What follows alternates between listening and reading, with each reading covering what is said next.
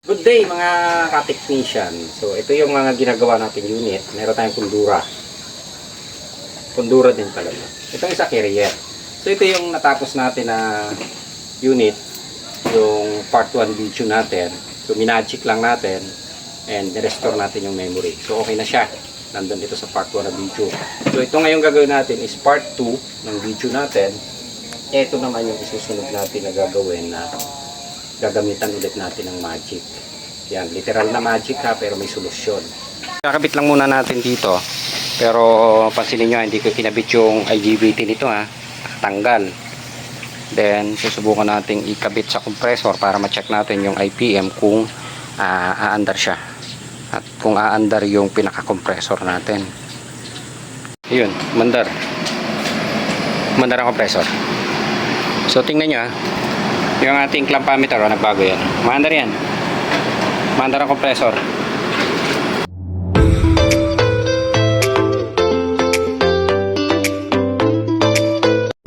Yan. Nagutom yung aking nagka-camera. Ako na lang mag-isa. So bubunutin ko lang itong isa. Yung isang unit. Bubunutin ko doon sa casing ito. Yan. Tapos tuturo ko sa inyo yung problema. Mamagikin ulit natin ha. Magic. Kamay nga, magic to, magic.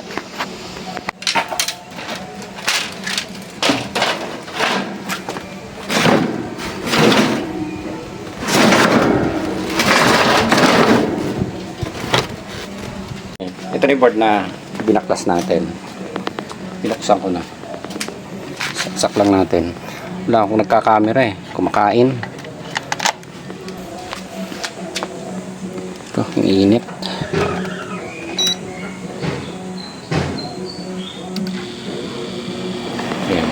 Binuhay ko na. So mapapansin nyo dito, walang light indicator to. Dapat meron yan eh. Ilalabas yan na light indicator dyan. Ayan. So pagka ganyan, ang lalabas na arrow dyan E1. So ibig sabihin yan, defective itong main PCB natin. So grabe, sobrang init. Itong board na inalas ko, ito. So dadalhin ko doon sa loob. Papasok tayo sa opisina, doon tayo gagawa. Grabe, sobrang init dito sa labas. Ayan, so pumasok ako dito sa opisina. Ayan, ito yung check natin. Ayan. So itong board na to, usually yan, pag walang power, so talagang power supply ang tinatamaan. Pero before naman tayo pumursid dun sa power supply, usually chine-check natin dito. Ito common naman to na nagiging problema. Ilang natin ang kalangin tester. Yan, para makita natin. Common na nagiging problema is yung yung MOSFET ay IGBT or MOSFET, depende kung anong ginamit ha. Pero kadalasan to IGBT na. Yung diode and itong diode na apat na paa. Ayan, so ang tinicheck natin dito usually ito. Yung input supply na 220. Ayan, so wala namang shorted. Then dito yung positive negative. Kabila. Ayan. May resistance tayo. Pag reverse dapat wala. Ayan o. Meron. Pero to direct to the point na usually tinatamaan dyan itong IGBT na to. Dito sa ganitong modelo na 2 socket. Kakalasin na lang muna natin ito.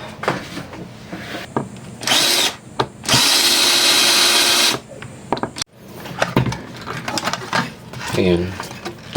So yung MOSFET, ito yan, or IGBT. Ito yung nakita natin shorted kanina. Pag sinak nyo yan, dapat wala shorted dyan. Ayan o. Ayan. So mabilisan na lang to. Tanggalin na natin.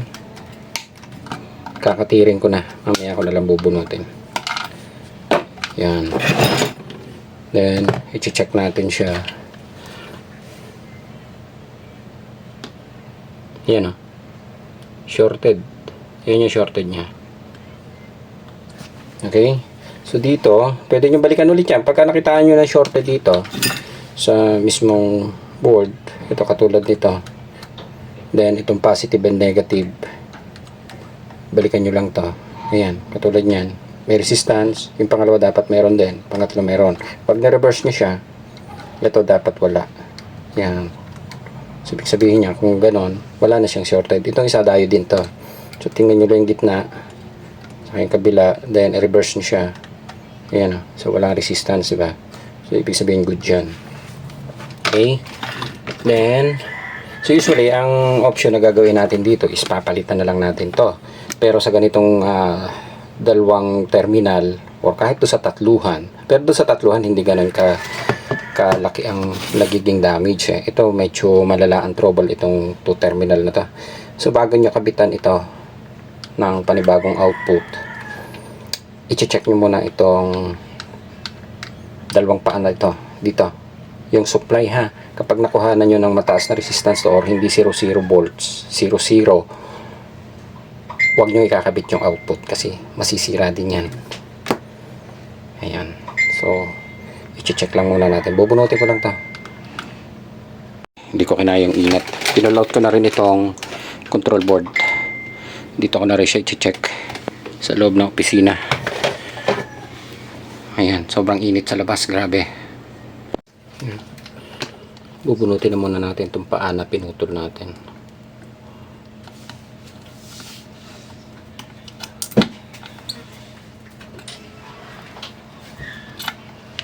Ayan. Then, i-check nyo siya kung may power na. Balik lang muna natin.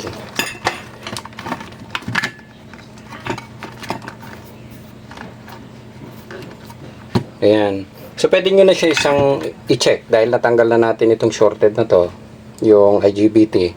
Pwede nyo yung i-check kung may power na. Ikabit lang natin yung tawag dito, itong tornilyo.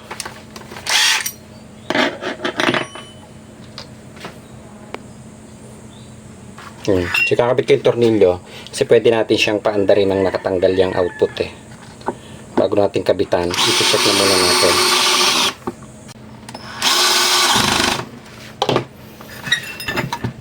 Ayan. So pwede nyo siyang paandarin. Kakabitan natin siya ng control board. Ito.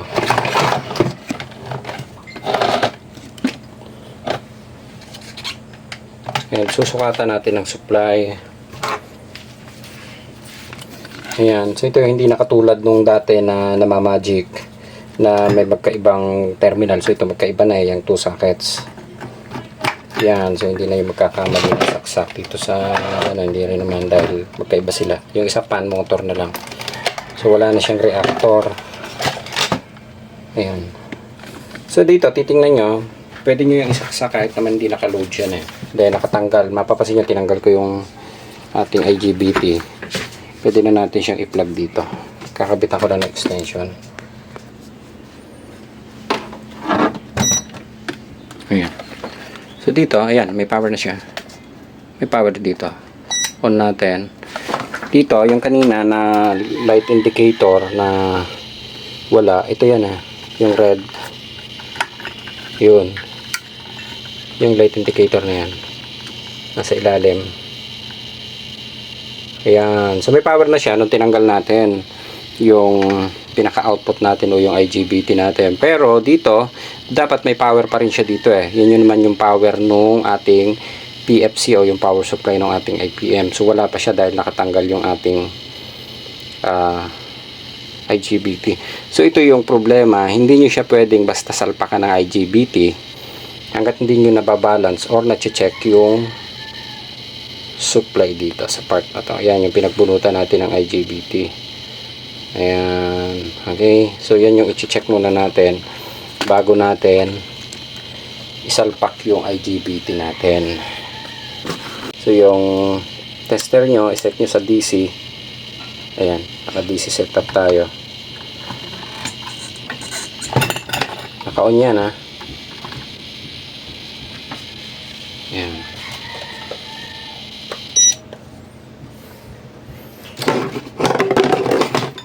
Tapos susukatan nyo itong kung sa transistor is yun yung base at saka emitter.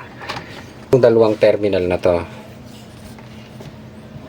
Kung sa transistor base emitter siya, dapat 0 volts to. Ayan. So katulad niyan, may nakuha kang voltage. Then yung pinaka-collector yung gitna, yan yung supply nyo. Ito dapat 0.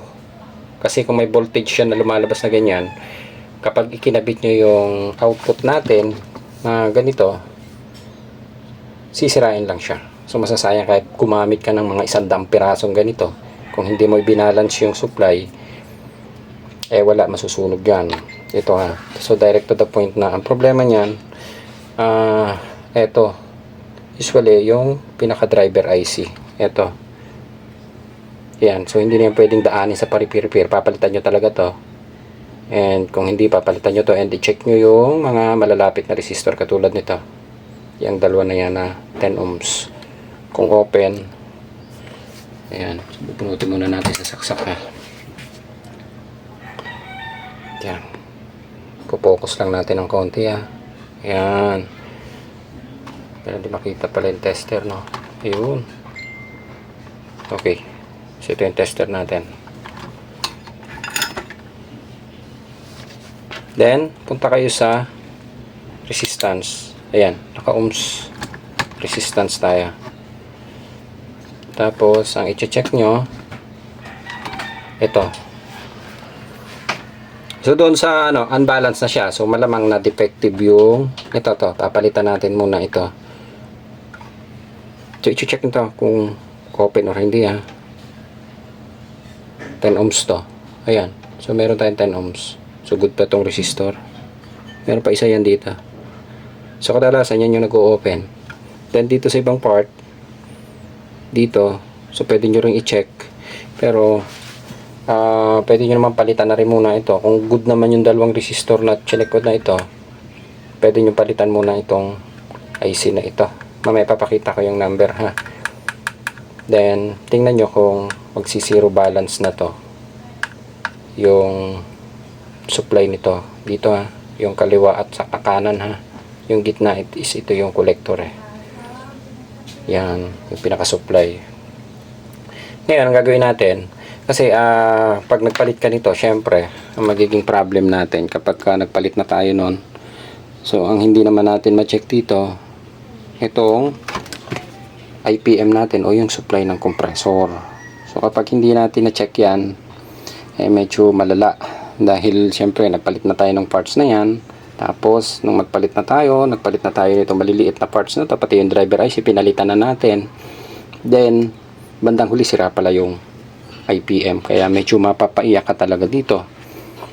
Ayan, medyo mahal din kasi yung mga parts na yan. So ang gagawin natin ngayon, paandarin natin siya. Ito yung tinatawag natin na magic ulit.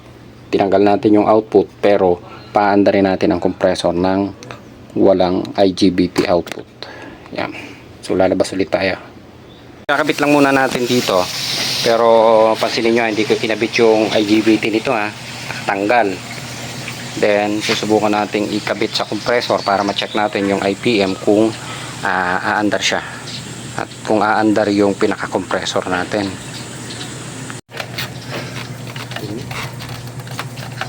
So kakabit lang natin muna. Ito. So kagandahan nito yung socket niya, magkaiba na.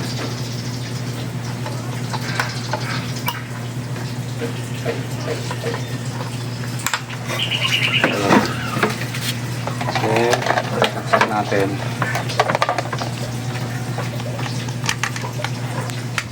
Boom.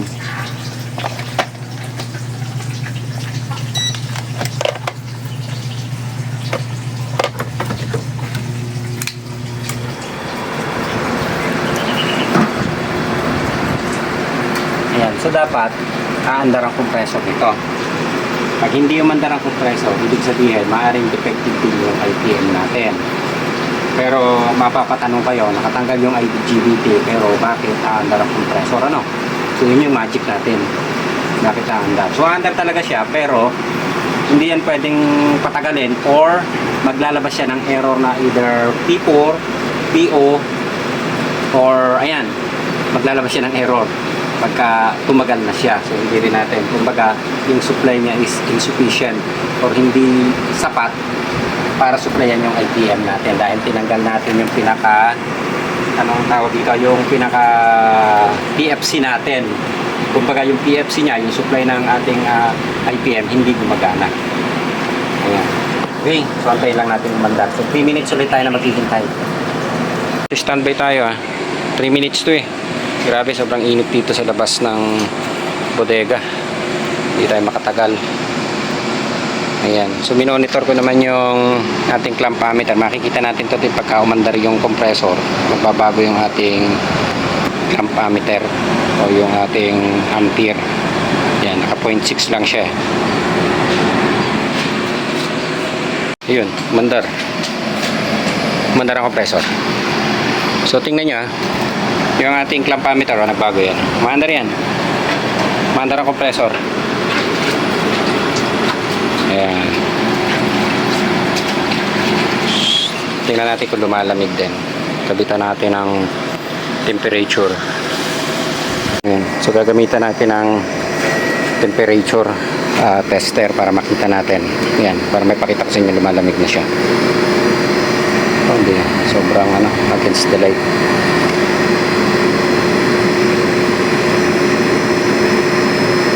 Ayan yung binubuga niya 24 degree. Yan, so lumalamig siya. Then mapapansin nyo, namatay ang compressor natin. Yan bumalik siya sa 0.6. Then nagkaroon na ng blinking yung ating light indicator. Ayan, so ibig sabihin niya may error. Then babalik ulit siya. Yung error, walang lumalabas na error din to. Yan, so naka 21. Sobrang init dito sa labas kaya hindi natin gaano masilip.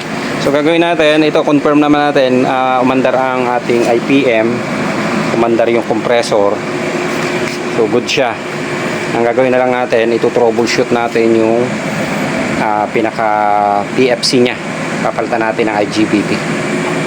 Okay, so papasok ulit tayo sa opisina at sobrang init. Papasok ulit tayo sa opisina. So hindi ko kaya talagang init dito sa labas. Grabe. Tara sa opisina. Ayan na. So ito yung IGBT. Ito yung driver IC.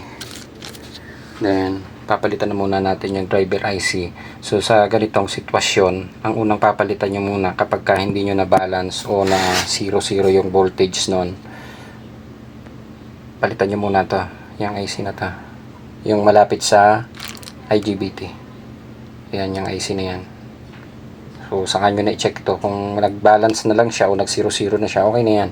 Pwede nyo na ikabit yung IGBT natin. Ayan. Kasi kung hindi nyo mabalance yan, wala yan. Puputok lang din yan. Magsushort lang ulit. Okay, so proceed tayo sa pagkakabit ng IC. Ayan. Kasi na lang muna natin. So madumi siya. Yung loob. Lilinisan ko muna yung board. Para maayos. Magandang gawin pagka malinis eh. So para malinis na malinis, ang gagawin natin, lilinisin natin ng tubig. Yan, sasabunan na lang natin para malinis yung board.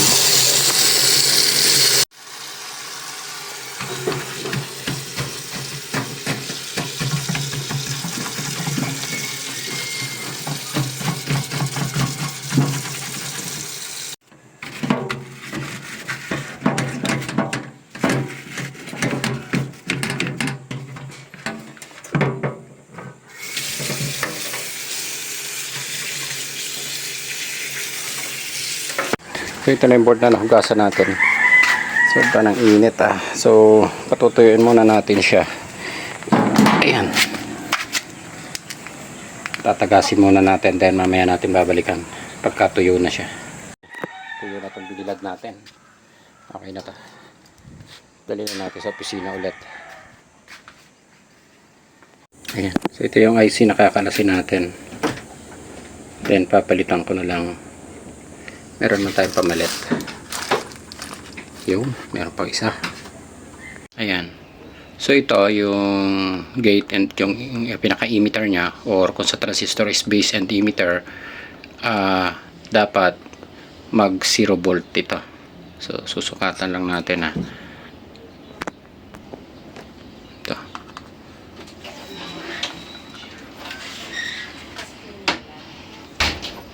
Ayan. So dapat to magsi 0-0 So i-on natin yung unit. Ayan So meron tayong nakukuha ang 11 volts dito. So dapat matatanggal natin yan. Kaya ito yung papalitan natin ng driver IC.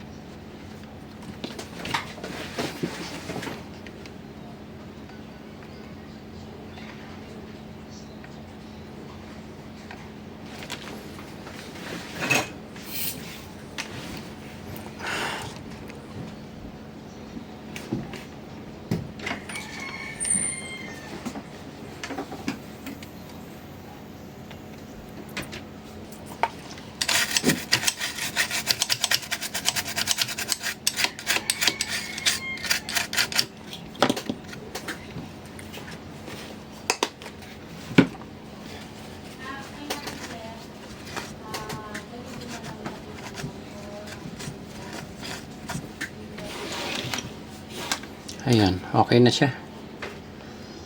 Ayan. So, nakabit na natin yung IC. Ayan na siya. And ito yung sabi ko sa inyo. Ito. I-adjust lang natin ang konti ha. Okay. Adjust natin. Then, ito yung ating tester. Nakaset tayo sa DC ha. Ayan ha. DC.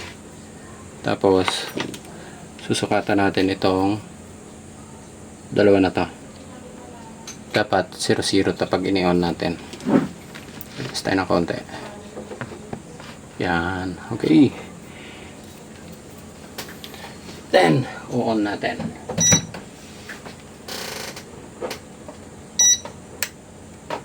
Ayan. So, may power na to. Asan na yan? Ayan. Yan yung blinking light. Ito. Yun. Okay. So, nag-switch na rin yung relay. Then, dito, dapat, yung sabi ko sa inyo, ito, 0-0 siya. Wala tayo dapat supply na makukuha dito. Ayan, oh. 0-0. Okay. So, okay na yan. Sira yung pinaka-driver IC natin. Ayan. Okay. Kasi kapag nakakuha kayo ng supply dyan, useless lang yung pagkakabit nyo ng IGBT. Puputok lang yan. Yan. So ngayon, pwede na natin siyang buuin and i-assemble. Ayan. So ito yung IGBT natin. Ang original niya is 30N60 pero gagamitin natin 40N60. So ito yung ginagamit na namin. Okay. Ayan. So pwede na natin ikabit yan dito.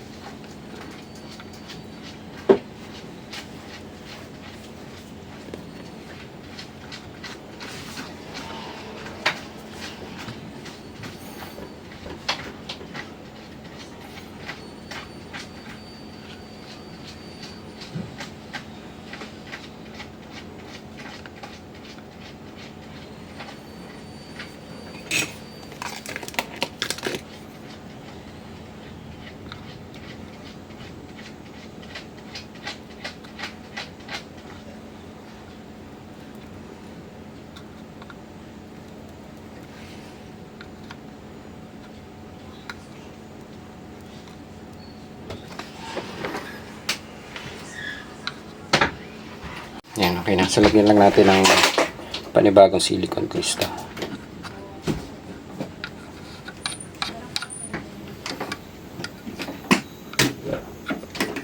Okay.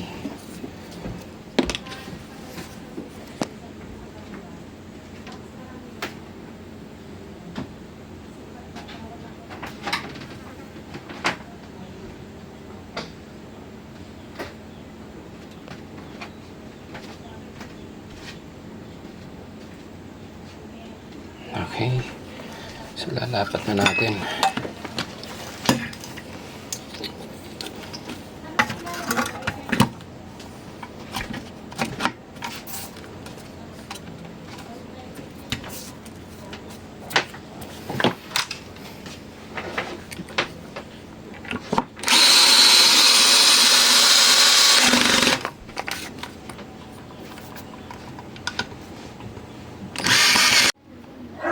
Yan.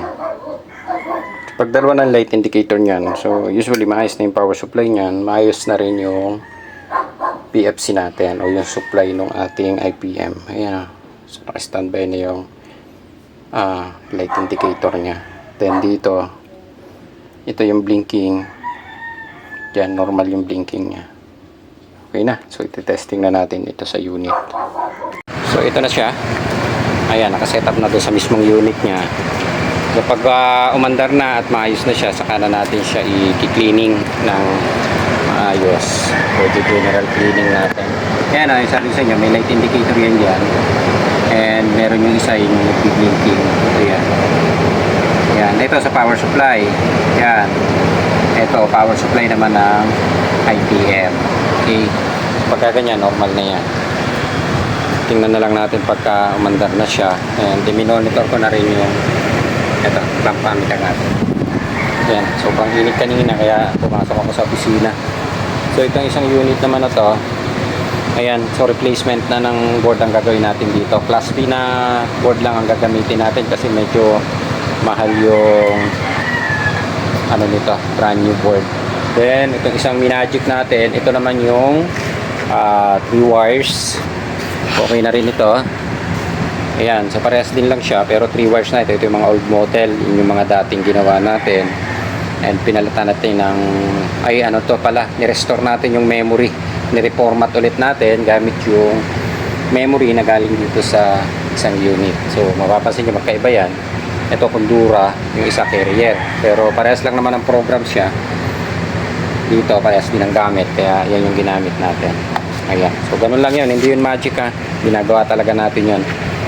Ayan. So, antayin na lang natin umandar to. 3 minutes to bago umandar eh. Ayan. So, nag-start na siyang umandar. Ayan. Ayan ang clamp ammeter natin. Gumagalaw na. So, pagka ganyan, buhay na ang kompreso niya. Ayan na siya. Umandar na yan. Tuloy-tuloy na. So, observe na lang natin. Kung tuloy-tuloy na siya, hindi na mag-o-off ang compressor. Ayos na. Tumurbo na rin yung compressor natin. Ayan. Maririnig nyo, nag-high speed na siya. Tuloy-tuloy yung under niya. And yung ating ampere 5.4. At full speed na yung compressor natin. Ayan. So okay na yung ginawa natin dito. Under observation na lang ito isa. Para malaman natin kung magluloko pa itong isa na to. So ibababad na lang natin siya kung hindi na siya mamatay or magkaroon ng error na lumabas. So pwede na siyang i-out. Ayan, okay na tayo. And yan yung ginawa nating magic. Okay na. So yan yung literal na magic. Okay.